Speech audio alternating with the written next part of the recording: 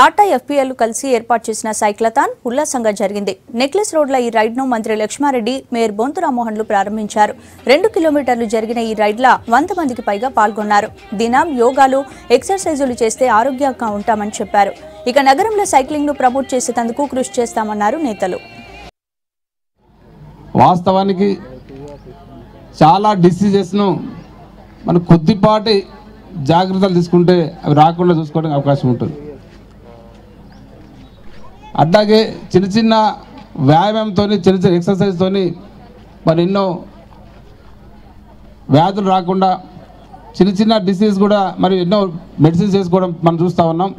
అటువంటి దానికి మన ఫిజికల్ ఎక్సర్సైజ్తో, వ్యాయామంతో, యోగాతో మరి చాలా రోగాలు తగ్గించడానికి అవకాశం ఉంటుంది.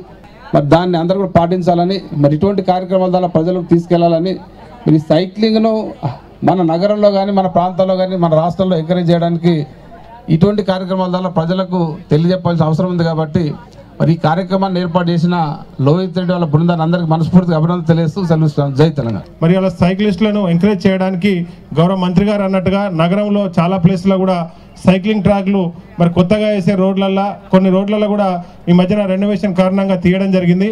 వాటిలలో కూడా సైక్లింగ్ ట్రాక్లకు సంబంధించి చేస్తున్నాం.